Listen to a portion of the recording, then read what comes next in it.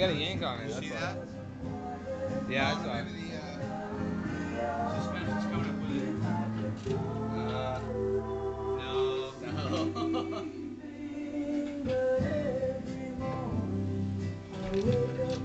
Pretty sure you have to coax it off of the motor mounts. Yeah. Oh, hold on. Damn it, I lost it.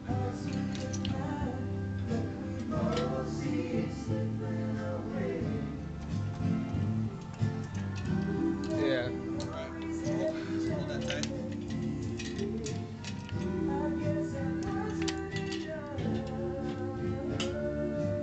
Kind of shake the motor around as I'm coming up with it.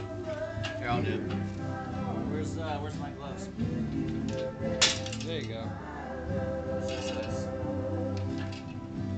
Why does it not want to come off? It feels like there's something. Oh, hold on. No, that should still come off there. What? Like your motor mounts aren't releasing. Well, the holes, man. It's the holes. It was a bitch getting them on there to begin with. You have to like pry it off or something. You got a flat edge screwdriver? Motor mounts. Causing Flathead. Big horn.